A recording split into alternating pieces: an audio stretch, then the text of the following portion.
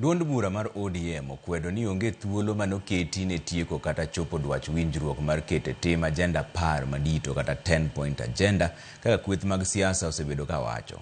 Duond bura no kokalo kuom jakom mare Gladys Wanga gi jakom mar komiti mochung' ne chopo dwach agenda 10 go Agnes Zani olero ni duond bura mar UDA gi ODM biro bago romo maduong' juma manyien mar poro wach e wi okang' ma komiti no osegoyo. Weche 10 go ne oriedi gi jatend piny Kenya William Ruto gi maneno gai mar ODM Raila Odinga dwe mar adek higa mokalo. The 10-point agenda is moving this nation forward the way it was discussed and canvassed. It cannot have an end date. Moving this nation forward, looking at the issues of the NADCO report, looking at the issues of strengthening devolution, looking at the issues of corruption, looking at the issues of debt in this country, cannot have an end date. It is work in progress always.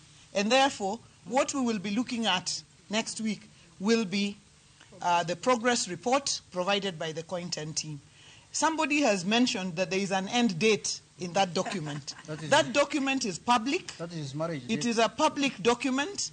Look at it, read it from page 1 to the last page. There is no end date in the 10-point agenda document. A report again will be given on the 7th of March, among other reports. It doesn't say at any date that is the last of all the reports. This has been a consultative process with the principals as has been carved in the TRs. So somebody just has to go through the TRs.